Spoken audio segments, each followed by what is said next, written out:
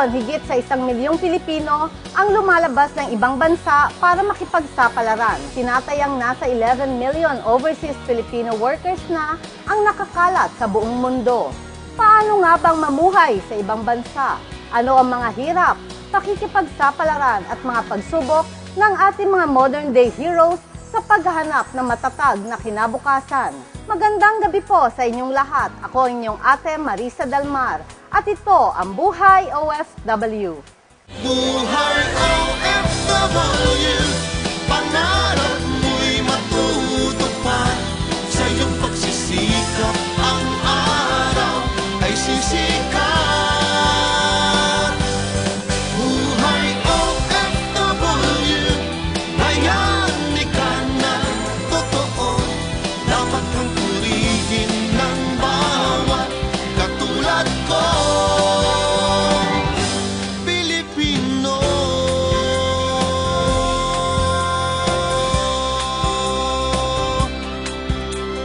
Buhay OFW.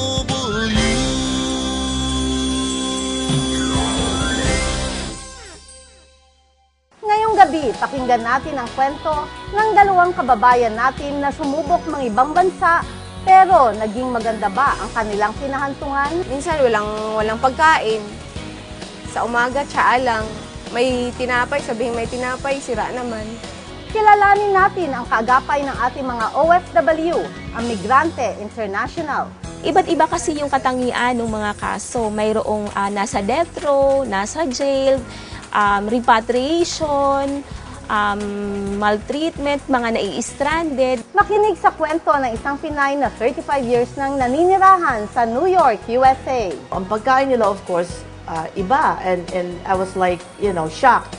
Kasi tayo dito, merienda natin ng hamburger. At that time, pizza, merienda lang yun. But then again, it's a meal, it's one of the major meals. Kilalanin natin ang bansang Italia, ang lugar ng popes, painters, and pasta. Ang lahat ng yan sa pagbabalik ng Buhay OFW. That time, nagkamot ako ng ulo. Sabi na amo ko, bawal daw yun. Baka daw may kuto ako. Nilagyan ako ng Baygon spray sa ulo.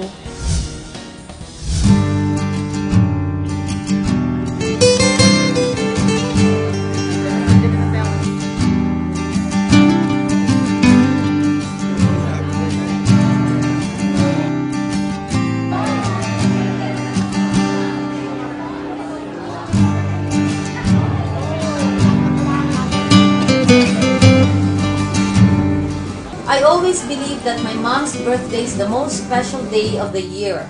Because if it weren't for the day she was born, I wouldn't have been born either. So the only way to make it special is to have all the people dear to her, be it family or friends, be present on this very special day. Indeed, everybody is really special. My dad, ang aking mga kapatid, kanyang mga apo at mga kaibigan, at syempre ang aking mga anak. Gusto kong pasalamatan po ang lahat for taking time out to celebrate my dearest mom's birthday. Even our Honorable Tanawan City Mayor Sonia T. Aquino, our Tanawan City Vice Mayor Julio Cesar Platon, took time out from their very busy schedule para po bumati at makisalo sa aming pamilya at of course sa aking ina sa kanyang kaarawan.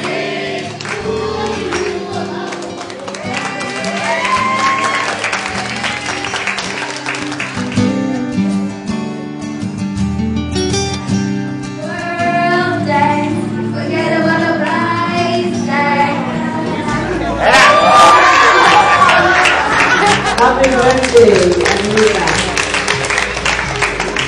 Happy birthday po sa inyo. We wish you all the best, good health, and more blessings po sa inyo. Happy birthday po. Yan ang pinaka-sexy klase namin na tayo, di ba? Ngayon, nung kami high school, ang tawag ng lahat kay Anita ay si Marlene Monroe.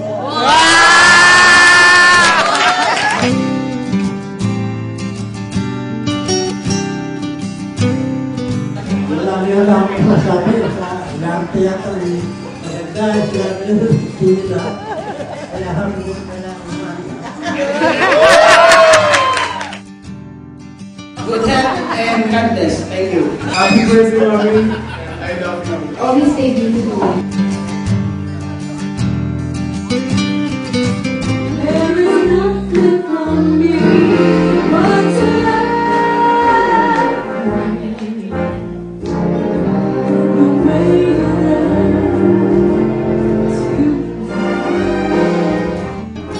To my mom, a constant source of strength, happy, happy birthday. We all love you. I love you, Mom. Take care always. Long live and be healthy.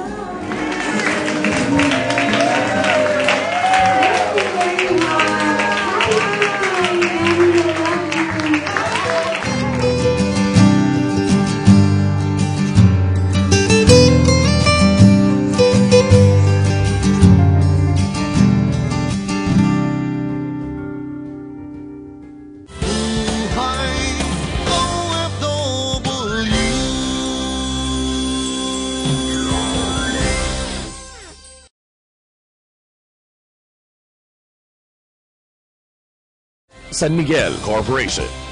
Dr. William S. Ko of ICCT Colleges, Dr. James D. of Chinese General Hospital, Environment Solutions, Drive It, Fukoidan Slimming Rejuvenation and Wellness Center, A Fukoidan Food Supplement, Plus Home Global Corporation.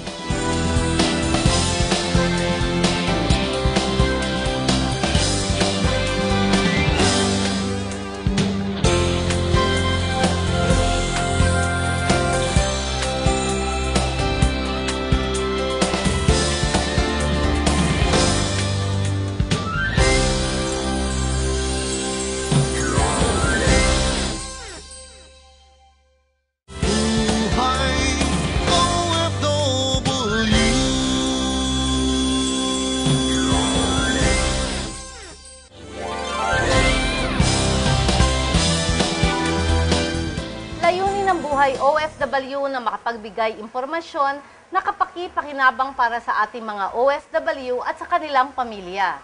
Ihahatid namin sa inyo ang aming pakikipanayam sa dalawang Pilipina na sumubok magtrabaho sa ibang bansa. Nais lamang naming linawin na hindi lahat ng OFW ay may ganitong karanasan. Obligasyon namin na kayo ay balaan para makapag-ingat. Hindi posible ang mga ganitong insidente kapag kayo ay nasa labas ng ating bansa. Si Milet ay nagtrabaho sa Jordan bilang domestic helper o household service worker. Pero noong nirecruit siya sa kanilang probinsya sa Negros Occidental, janitress daw sa isang malaking mall sa Jordan ang trabahong naghihintay sa kanila. Magandang gabi, Milet. Magandang gabi po, Ate Marisa. Pwedeng ikwento mo sa amin ang naging karanasan mo nung nagtrabaho ka sa Jordan? Mula sa probinsya ng Negros Occidental, Bacolod City, doon kami nagkakilala ng recruiter namin. Bali, dalawa kami magkapatid, yung nakakilala doon sa recruiter. Tapos, pinangakuan kami na maganda ang trabaho sa Jordan, na janitress, tapos malaki ang sahod, $350 per month. Magkano ang placement fee na binayaran nyo? 15,400, dalawa kami magkapatid. Tapos yun, sinangla namin yung titulo ng lupa namin para makabayad sa kanila. Pati yung plane ticket namin mula probinsya papuntang Manila, kami pa nagbayad. Tapos since July 2010, July 7, nandito na kami sa Manila. Hinatid kami ng recruiter dito, tapos pinatuloy kami sa isang bahay. Tapos hinintay namin buong araw yung working visa namin. Pero yung nakuha lang namin is yung email ticket papuntang Hong Kong to Jordan. Pagdating nyo ng Jordan, ano ang nangyari sa inyo doon? Mga alas 2 ng hapon kami kinuha nung Arabo para pasakayin doon sa sasakyan. Tapos dinala ulit kami sa isang bahay, pinakain doon. Tapos mga bandang alas 4 ng hapon, pinasakay ulit kami sa bus station. Hindi namin makuha yung passport, andun na yun sa bus station diretsyo. Hanggang sa pupunta na kami ng Aqaba, Jordan. July 9, 2010, doon kinuha kami ulit ng isang Arabo, pinasakay sa sasakyan, tapos dinala ulit sa isang bahay. Tapos kinabukasan na umaga, kinuha kami yun pala yung asawa ng recruiter dito na Arabo. Nung nasa Jordan na kayo, doon nyo lang nalaman na hindi sa mall ang pagtatrabahuhan ninyo, kundi sa isang bahay. Ano ang ginawa ninyo? Nakipag-away kami sa recruiter. Bakit ganun ang trabaho namin? Bakit domestic helper? Yung pinirma namin na resume dito sa Manila, janitress sa mall, tapos yung sahod namin na $350. Pero yung na doon, iba na, domestic helper na, all around babysitter, tapos yung sahod namin, $200 per month na lang. Nakailang buwan ka lang sa Jordan? Naka 2 buwan lang ako sa amo ko. Kasi nung kinuha na kami ng kanya-kanyang amo, yung kapatid ko iba rin ang amo, ako iba rin ang trabaho, iba rin ang amo ko. Tapos yung trabaho, 6 a.m. na umaga, maglilinis na ako ng buong bahay. Tapos pagka 12 ng hapon, dadali naman ako ulit sa isang bahay, maglilinis ulit ako doon. Tapos mga bandang alas 4 ng hapon, dadali ulit ako sa isang bahay, maglilinis. Bali sa nanay ng babae, tapos pagkagabi, sa nanay ng bahay ng lalaki. 3 bahay ang nililinis mo araw-araw? 3 yun. Araw-araw yun. Hanggang sa mga 3 a.m. na ako makakabalik sa mismong amo ko. Tapos mga 6 na umaga, gisingin naman ako. Nililinis ulit. Yun araw-araw hanggang sa mga 1 week ako doon. Parang pinapasuot kasi ako ng abaya sa loob ng bahay na hindi ko kaya kasi grabe ang init. Tapos, that time, nagkamot ako ng ulo. Sabi na amo ko, bawal daw yun. Baka daw may kuto ako. Nilagyan ako ng Baygon spray sa ulo. That time, alos masira yung liig ko, yung mata ko masira siya. Kaka-spray ng Every week yun. Parang naisip ko nang lumayas that time kasi nga hindi ko kaya yung pantrato sa akin na yung mga bata, binabastos ako. Kasi pag naliligo ako sa banyo, yung banyo kasi doon hindi siya yung pinto na sinasarado. Yung parang plastic curtain lang siya na hawiin agad. Kaya pa tuwing naliligo ako, nagpapajama ako tsaka nagti-t-shirt. Yun ang ginagawa ko para na lang magiging safe yung pagligo ko. Nung panahon na yon, nakakausap mo ba ang pamilya mo dito sa Pilipinas? Hindi talaga ganun ka yung employer ko na makontak yung pamilya ko. Kahit yung kapatid ko, nakikiusap ako, alos malhod-lod pa ako niyan para makakontak lang sa pamilya ko tsaka sa kapatid ko. Paano ka nakatakas sa amo mo? Yung nangyari kasi doon, mga feast ng Ramadan yun, August 18, nagkatay kami ng tupa. Tapos, hindi ko na namalayan, nagising na lang ako ng 6 na umaga na pala, nakatay namin. Hanggang sa, dinala ako ulit sa bahay para maglinis ako ng katawan ko. Tapos, hanggang sa, nakatulog ako sa paglilinis sa buong bahay, na datnan ko yung amo ko na akala ko aalis na kami, pupunta dun sa festival. Nagulat na lang ako, nakabrief na siya, nakaharap sa akin, tapos hinila ako sa loob ng kwarto. Hanggang sa may biglang pumasok sa loob ng bahay, doon tumakas na ako. Saan ka naman nagpunta nung umalis ka sa amo mo? Sa Muslim community ako napadpad that time. Buti na lang sa kabilang bahay, may isang Pinay na tumulong talaga sa akin. At that time, nakontak ko ng family ko na ganun nangyari sa akin. Pero at that time, di ko pa makontak ang kapatid ko kung nasaan na siya. Hindi ko rin alam kung nasaan siya that time. Tapos, binalik ako ulit sa agency. So, nakatakas ka dahil may tumulong sa'yo na kapwa Pilipino mo. Pero, bakit ka bumalik uli sa agency mo? Sabi nung Araba na tumulong din sa akin, kailangan mong bumalik ng agency, magreklamo ka, ganun nangyari sa'yo na balak ang tagaan, gasain na among, ganun. Sinabi ko dun sa agency, tapos pinakakuan ulit ako ng isang trabaho. Hindi sabi ko, hindi ko na kaya, sir. Kasi nga, yun ang nangyari. Parang trauma din ako dun. Hanggang sa nakontak ko yung embassy, sinabi na embassy sa akin na hindi daw kaya ako i-rescue that time. Hindi daw nila alam kung nasaan ako. Sabi ko, parang wala akong pag-asa. Paano ka nakauwi ng Pilipinas? Nung tawag ako sa pamilya ko, nagpa-interview ng magulang ko sa media hanggang sa nalaman na ng migrante. Tapos doon, kinuha ako ng embassy, pahirapan pa daw sila pag-locate sa akin. Buti na lang daw may mga Pinay restaurant na doon. Doon ako na alam yung lugar ko kung nasaan. Kinuha ako na embassy. Nahirapan daw sila makipag-negotiate sa mga Arabo kasi nga ayaw talaga nila akong ibigay sa embassy kasi Pinay daw ang pinakamabili doon sa, parang gano'n. Gano'n na sinasabi sa amin. Pinay daw ang pinakamabili doon na housemaid kasi kami lang daw ang marunong maglinis ng bahay, yung ibang lahi daw hindi masyado marunong. Doon mismo sa agency, makikita mo na maraming binubugbog. May latigo talaga doon mismo sa agency. Yun din ang kinakatakot ko that time na baka pag binalik ako sa agency, lalatiguin din ako. Kumusta naman ang kapatid mo nung panahon na yon? Bali at that time, nung kinuha na ako ng embassy, tumawag yung kasamaan ko dun sa agency ng mga Pinay na binalik daw yung kapatid ko sa agency kasi tapos ang dami daw bugpasa-pasa dito.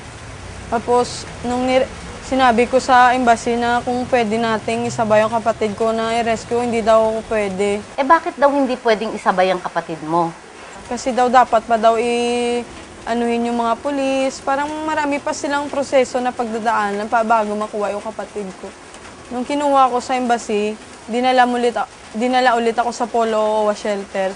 Doon ko nakita na maraming kababayan na mga OFW ang mga nire-rape, walang sahod, mga 4 years, ganun. Iba kasi yung culture nila. Pag lumabas yung mga dito mo, akala nila sex na yun. Pag nakangiti ka, akala nila sex na yun. So meaning to say, masalbahe pa ang naging amo ng kapatid mo? Masalbahe yung amo niya. Nubaran kasi siya. At feast ng Ramadan din daw yun. Nagreklamo daw ang kapatid ko na gusto niya na umuwi. Tapos that time, sinabihan siya, hindi, papadala na lang yung sahod mo sa pamilya mo. E di, pinadala niya yung 6,000, tapos yung $100 na, which is 4,000 na pera sa atin, tinabi niya. Tapos sinanap daw sa kanya, hindi makita. Nung hindi daw makita sa kanya, dinala daw siya sa banyo, hinubaran, tsaka binugbog ng mag-asawa na amo niya. Maraming salamat, Milet. Si Joan Bersabi naman po ay nagtrabaho bilang household service worker sa Riyadh Kingdom of Saudi Arabia. $400 ang pinirmahan niyang kontrata, pero $200 lamang po ang natatanggap niya. Magandang gabi sa iyo, Joan. Magandang gabi po, Ate Marisa. Ano naman ang naging experience mo nung nagtrabaho ka sa Riyadh noong naging household service worker ka? 2 taon po ang kontrata ko. Tapos yung sa pinirmahan ko po, $400. Pagdating din po doon, 800 riyals lang po. Bali, $200 lang. Tapos, yun pagdating doon, sabi bahay, pagdating doon, may 3 bata na maliliit.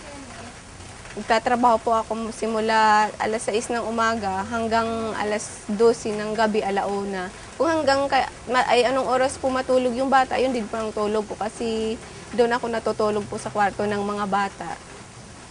Tapos, walang pahinga. Makakain minsan alas 3, alas 4 na ng hapon. Halos wala ka palang pahinga. Kamusta naman ang pagkain mo? Minsan walang pagkain. Sa umaga, tsaa lang. May tinapay, sabihin may tinapay, sira naman. Gaano ka katagal sa trabaho mo?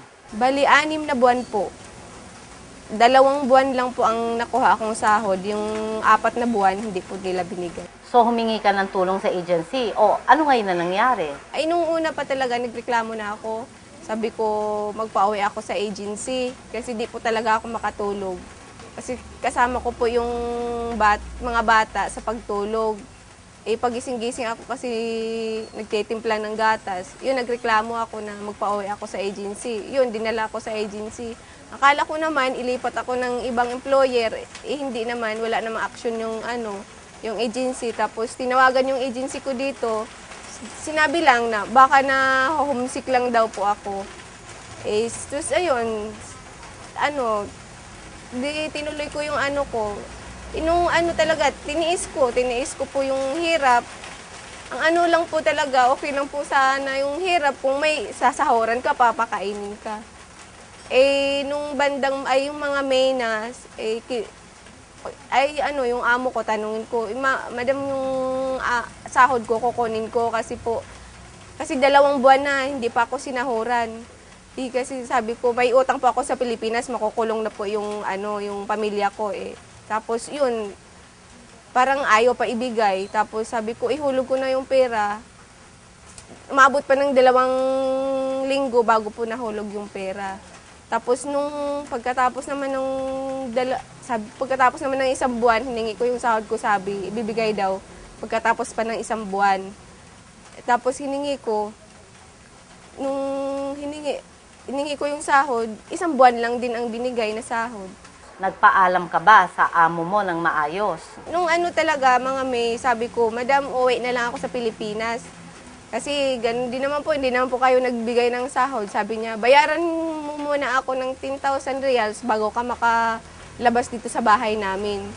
Tapos yun, tinawagan ko yung pamilya ko, sabi, magtatawag sila sa agency. Tawag naman sila ng tawag ng agency ko dito. Wala naman nangyayari. Sinasabi na daw, di tumakas siya para makulong. Yun din po ang sagot. Nun din po, lumapit po yung pamilya ko dito sa migrante. Tapos yun, napadali kasi araw-araw po tinawagan nila yung agency ko. Paano ka nakatakas? Pagkatapos ng Ramadan, party po ng amo kong lalaki, siguro kasi natapos yung party alas 5 na, nakalimutan isarado yung gate at saka yung pinto, nakalimutan ipadlock. Ayun, doon, kasi nang pagising ko mga alas 6, nakita kasi tumawag yung agency, sabi ng agency, hindi ka namin matutulungan kung hindi ka tatakas dyan, tumakas ka na. Pagkatakas mo, ano nangyari? Nung tumakas ako, tinext ko yung yung agency ko, may anang agency, kasi pumunta na siya sa Riyadh Kasi dito, araw-araw na po tumatawag yung taga-migrante doon sa agency ko. Pumunta siya doon sa Riyadh, sabi niya, tumakas ka na dyan kasi bibilhan ka na ng ticket. Paano ka nakauwi ng Pilipinas? Binigyan ako ng exit visa ng embassy, tapos kasi yung agency ko nagbigay na rin ng ticket. Tapos nung October 11, nakauwi ako dito sa Pilipinas. Maraming salamat sa iyo, Joanne, sa ibinahagi mo sa Buhay OFW. Mga kapatid natin, napakinggan po natin ang kwento ng 2 nating kapatid na nagtatrabaho sa abroad na si Milet at si Joanne. Kapag nasa labas tayo ng Pilipinas, huwag po tayong matakot, ipagtanggol ang ating sarili. Sa Pilipinas man o sa ibang bansa, ipaglaban natin ang ating karapatang pangtao. Magbabalik po ang Buhay OFW. Ang wave ng mga Pilipinos na nagpupunta sa New York, they're usually in the healthcare, profession. Mga doktor, mga nurses.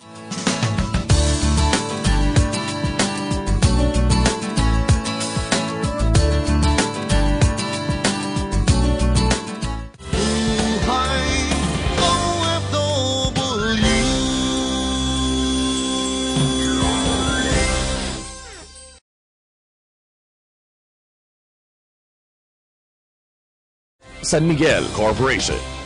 Dr. William S. Ko of ICCT Colleges, Dr. James D. of Chinese General Hospital, Environment Solutions. Drive It. Fukoidan Slimming Rejuvenation and Wellness Center. A Fukoidan Food Supplement.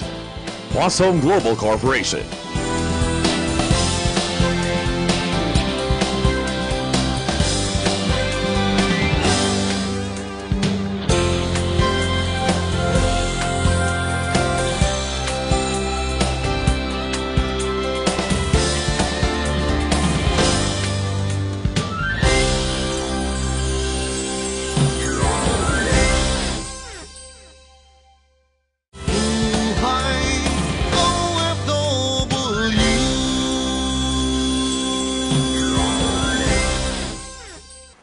Is the melting pot of different cultures. Sari-saring lahi, sari-saring kultura. Narito si Ate Jo at ang kanyang kwentong pakikipagsapalaran sa Land of the Big Apple.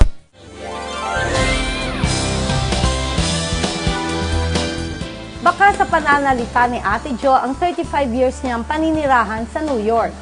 Dito na rin niya nakilala ang kanyang asawa at dito na rin ipinanganak ang kanyang 2 anak. Actually, nakarating ako sa New York as an immigrant.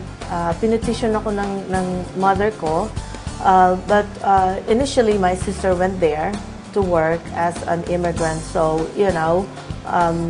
gradually, the family moved to New York as well.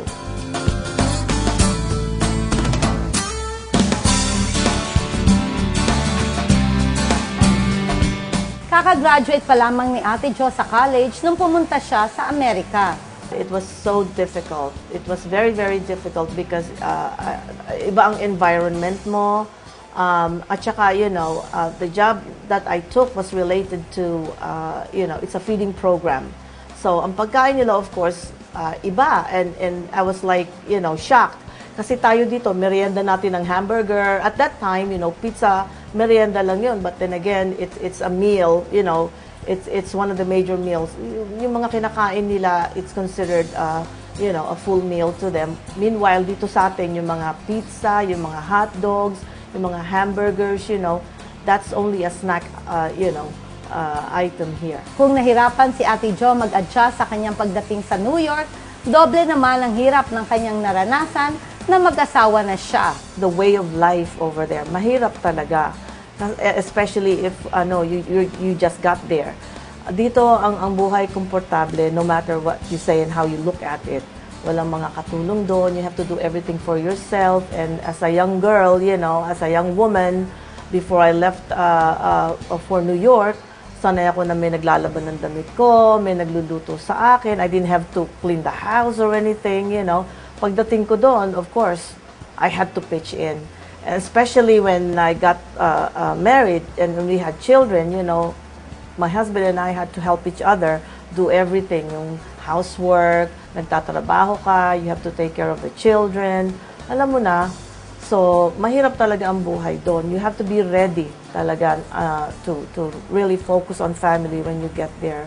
Kumusta naman ang mga kababayan natin sa New York? Ang wave ng mga Pilipinos na nagpupunta sa New York, they're usually in the healthcare, profession. Mga doktor, mga nurses, I happen to be a food service person myself, nutritionist ako. So, ang masasabi ko lang, we have a lot of very well-educated Filipinos sa New York. Ayon kay Ate Jo, kung ikukumpara mo ang panahon noon sa panahon ngayon, mas magaan ang manirahan sa New York noon. I think it was much easier. It was much easier. It was much more comfortable for me. Ngayon medyo mahirap na, although I'm much older now. Nakikita ko kasi ang mga bata ngayon, they're not going to have the comfort that I had before. Yung mga challenges na nafe-face nila ngayon, to build a life for themselves in the future, greater na ang challenges, mga bilihin mahal na, nagkaroon pa ng recession, I'm a home owner now. Pero ngayon ang mga bata, dahil sa mahal na mga bahay ngayon, na mga property, I don't know, how they can afford it unless they have a really nice paying job, a good paying job. Pero kay Ate Jo, iniengganyo pa rin niya mga kababayan natin to try their luck abroad. Kasi nakikita ko yung mga college graduates, nasa call center sila, they're not in the line of what they went to school for.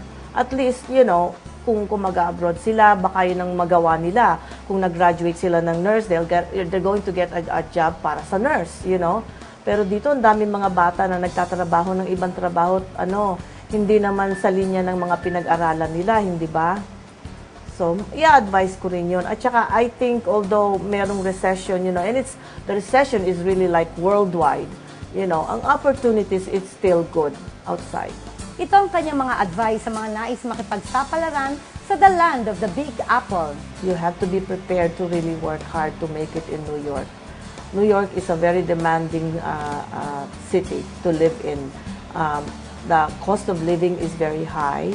You have to really be focused on what you're doing, whether you have a job or a family, But I'm not saying that it's all that, Filipinos have made very happy lives in New York. It depends on what kind of life you make for yourself, So it's actually very challenging, pero nakikita ko ang mga Pilipino doon, very happy sila,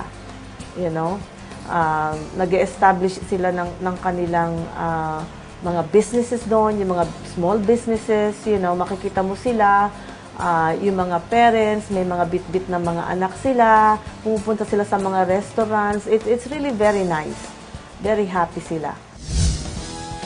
Siyempre yung sa death row. Kasi sa kasalukuyan, mayroong kaming 12 cases of death row na hinahandle.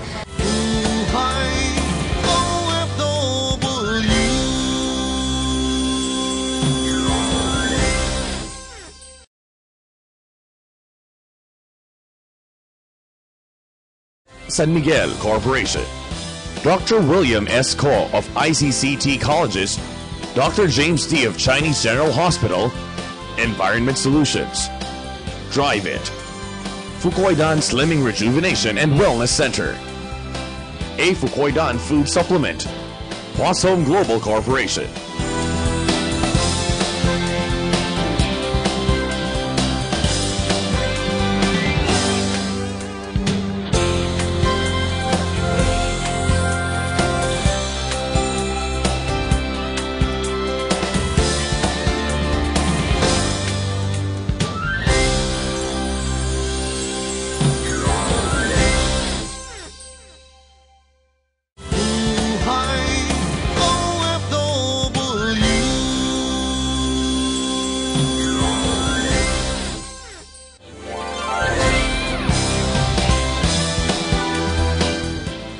Kasama po natin ngayon si Gina Esguera, ang Secretary General ng Migrante International.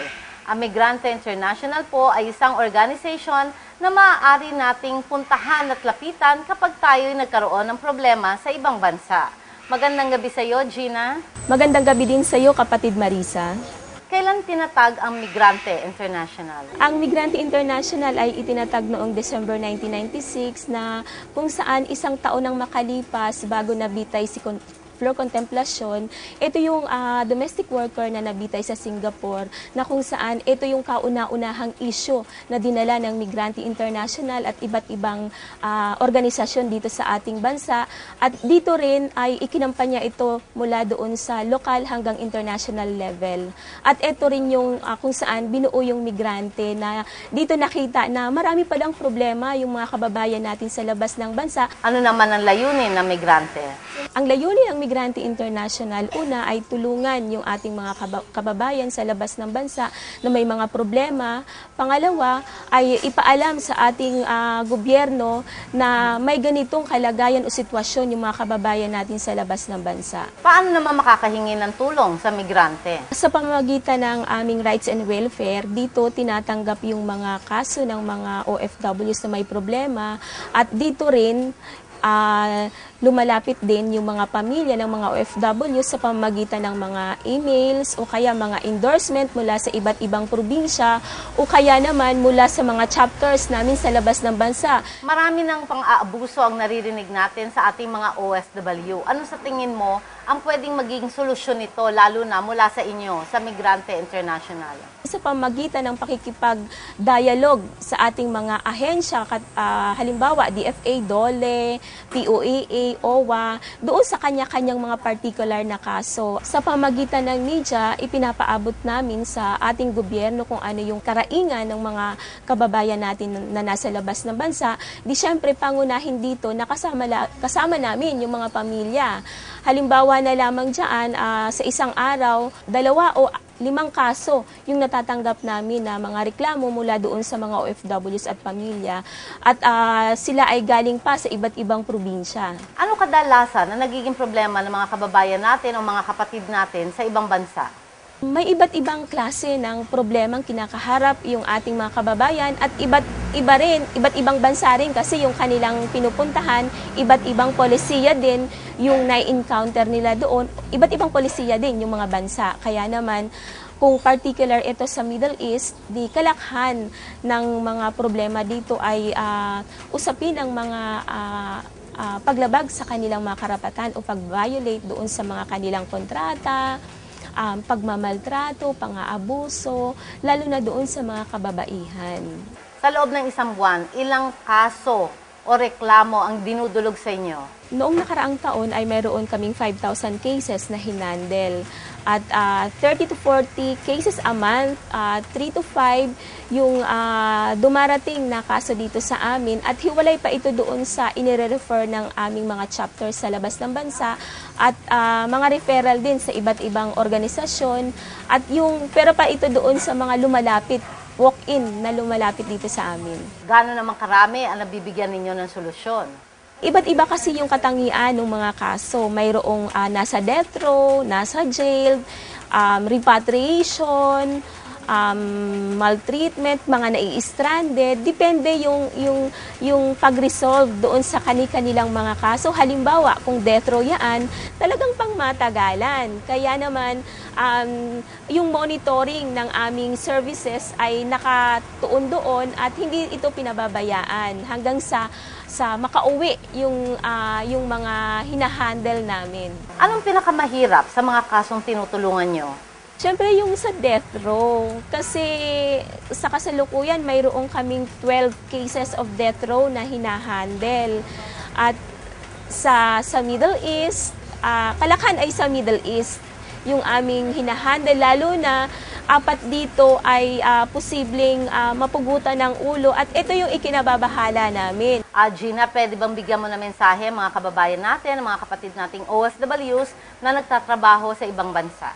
Para sa mga kababayan natin na nanonood ng Buhay OFW, kami ay nagpapasalamat dahil patuloy ninyong sinusuportahan ang Migrante International, 10 ng kanyang mga chapters sa labas ng bansa. At syempre, maganda talaga na mayroon tayong mga organisasyon sa labas ng bansa, dahil kung mayroon nito ay sama-sama nating naipararating yung ating mga karaingan sa ating gobyerno at masolusyonan din ang ating mga problema. Maraming salamat, Gina, sa oras na binigay mo dito sa atin sa Buhay OFW. Huwag po kayong aalis at magbabalik po ang Buhay OFW. Marami kang privilege kapag ikaw ay nasa bansang Italia. Kagaya ng kung dadali mo doon yung mga anak, pwede silang maaral ng libre. Tapos, once na ikaw ay nagkasakit, hindi ka problema.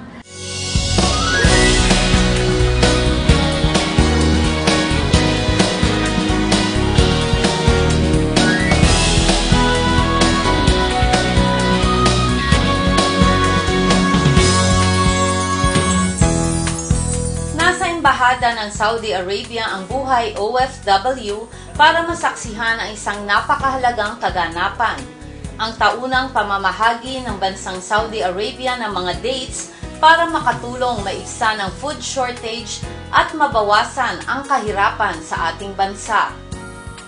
Naniniwala ang bansang Saudi Arabia na malaki ang maitutulong sa ating bansa ng taunang pamamahagi nila ng daang-daang toneladang dates, dahil ang mga ito ay kumpleto sa high-value nutrients. Naroon kasama ng inyong lingkod ang kagalang-galang na Ambassador to the Philippines, Mr. Abdullah Al-Hazan, ang representante mula sa National Commission on Muslim Filipinos, ang Director for Saudi Finance Ministry, at ang mga representatives from the Saudi and the Philippine government.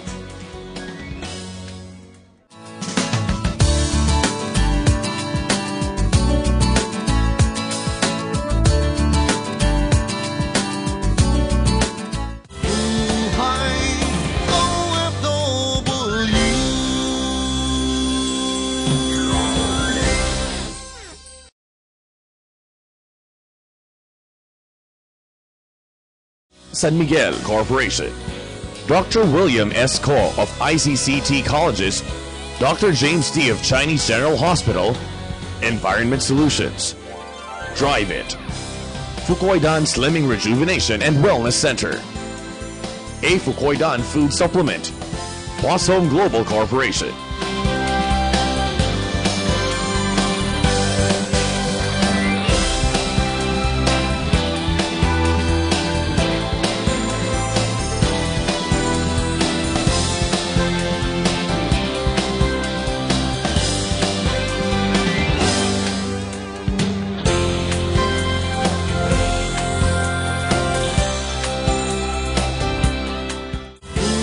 Buhay OFW.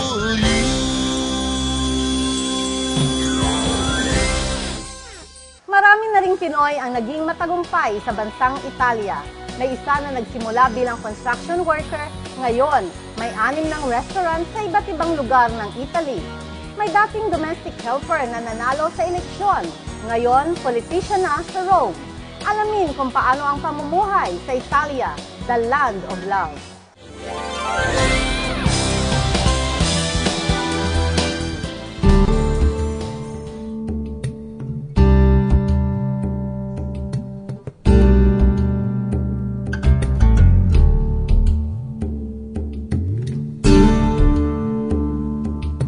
Karamihan sa mga Pinoy na nasa Italy ay nagsimula bilang household service worker. Ang tawag kasi doon, labor domestico, tapos meron badante, yung mga caregivers, meron ding mga sa pabrika, no? Katulad sa Milano, nandiyan talaga yung maraming pabrika, so maraming nagtatrabaho dyan. Tapos sa mga restaurante, no? Kameriere, mga waiters, may mga nagluluto din. Maraming benepisyo naghihintay sa iyo sa bansang Italia. Meron silang binabayaran na contribution doon sa National Institution for Social Welfare o tinatawag itong INPS sa Italy. So marami kang privilege kapag ikaw ay nasa bansang Italia. Kagaya ng kung dadali mo doon yung mga anak, pwede silang maaral ng libre. Tapos once na ikaw ay nagkasakit, hindi ka problema sa operasyon, sa gamot, kasi libre doon. Tapos kapag tumanda ka, meron kang pension. Kahit umuwi ka pa rito, hindi puputulin ang pension mo. Mahalaga ang matutunan natin ang kanilang lengguwahe kapag tayo'y nagbabalak magtrabaho sa Italy. Sa nakikita ko talaga ang dapat paghandaan ng mga OFWs nga sa ngayon ay yung language. Kasi para nga ma-break yung barrier. Kasi kung ako isang amo, tapos uutusan kita, kahit simpleng sasabihin ko lang, chiude la porta per favore, tapos hindi mo man lang alam po anong gagawin, nakatanga ka sa akin, paano kita suswelduhan? Pero kung dumating ka sa akin, kahit na simpleng chiude la porta per favore, apre la porta per favore, which means open the door, close the door, alam mo na kahit paano matutuwa ako sa'yo. Diba? Tapos yung greetings. Importante kasi maalam tayo mag-greet. Ng mga Italiano kasi they are intuitive. At for them, first impression is lasting. Ay mas maganda yung unan yung pagkikita, kaya mo siyang i-greet agad, buongiorno, with a smile, yun yan, it suffices para sa mga unang pagtatagpo. Pagdating sa pagsakay ng bus, dapat lamang ay maging maingat at honest tayo. Halimbawa, isang istasyon lang ang pagitan, tinatamad maglakad. Sige, sakay na tayo ng bus. Huwag na tayo magbilyeto o maggamit ng ticket kasi isang permata lang naman, meaning isang istasyon lang. So, may mga ano dun may mga nag-check, may mga conductor din, may mga inspector. Pagka yung inspector, na-tsempuhan ka, you have to pay 50 euro kapag na-tsempuhan ka na wala kang ticket. Ngayon, kung nagkataon na wala kang kapera-pera talaga, wala kang pambayad, ano mangyayari? Kukunin sa iyo yung pasaporto mo, tapos dadating yung bill sa bahay mo, hindi na 50 euro ang iyong babayaran. Kailangan 150 na. Ang mahal, masakit sa bulsa. Kaya, hindi lang dun dahil sa babayaran, pero mas maganda yung you have to be honest at all times. Dapat din tayo mag-ingat sa pagmamaneho sa Italy. Mga drivers, kasi may mga Pinoy din doon na nagde-drive. Dapat talaga nilang tandaan na sa pagde-drive, be careful at susundin nila kung ano yung batas, lalo na yung speed limit. Kasi nakikita rin yan, lahat may camera yan. So pag nag-speed limit ka, dadating din, magugulat ka, dadating sa bahay mo yung particular payment na kailangan mong bayaran. Bukod sa pagtitipon-tipon sa park, pag day off, ang ibang OFWs ay nagpa-part-time. May mga ano din sila, mga nagugupit-kupit ng buhok. Pero kadalasan, ang mga Pinoy, nag-gather sila sa simbahan. Doon nila dinidevote ang kanilang time kapag day off nila sa simbahan. Kasi nung naandun ako, nagvo-volunteer nga ako sa simbahan kasi doon ko nakakatagpo yung mga Pinoy. Kahit sa simbahan, meron din silang sports fest. Meron din silang TV doon, no? Na sama-sama rin sila nanonood ng pagka may magagandang panoorin na gusto nila sama-sama silang manood. At may mga activities talaga ang simbahan para sa mga OFWs din.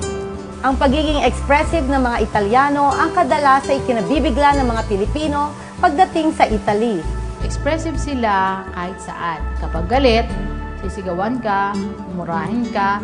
Tayo, hindi tayo sanay na sinisigawan, di ba? Hindi tayo sinasanay naman yung mura. Pero sila kasi expressive sila. Kaya sinasabi ko sa mga estudyante ko, pag niyong dadalhin doon yung kung anong meron tayo sa Pilipinas. Kasi ang mga Italians, pwede kang murahin, pwede kang sigawan.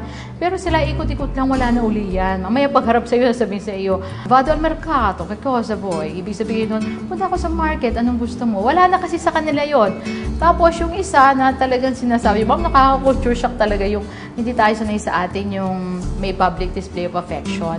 Doon, kahit sa ka tumingin, naghahalikan, pangkaraniwan yung lips to lips doon. Ang tagal nilang maghalikan as in. So, kung hindi ka sanay, masyashock talaga. Lunes hanggang Biyernes din ang regular working day sa Italy. Sa umaga, 8:30 until 1 o'clock ng hapon. At 3 o'clock hanggang 6 o'clock naman po ng hapon. Ang tao dapat ang mamahinga. At ang mga Italians, meron silang riposo. Oo, may riposo sila eh. Pagkakain ng tanghalian, meron silang power nap. Yung mga negosyo nila, nagsasarado. Bubuksan na ulit lang 2:33 kasi they have to rest, which is dapat. Narito ang dapat tandaan ng mga kababayan natin pagdating sa Italy. Pagkarating nila doon, sa Italy, within 48 hours, magre-report sila doon sa pinakamalapit na police headquarters just to inform them that I arrived. Yon, number 1 yon. Number 2, within 8 days, pagdating nila sa Italy, kailangan mag-a-apply sila ng permesso di soggiorno, meaning permit to stay.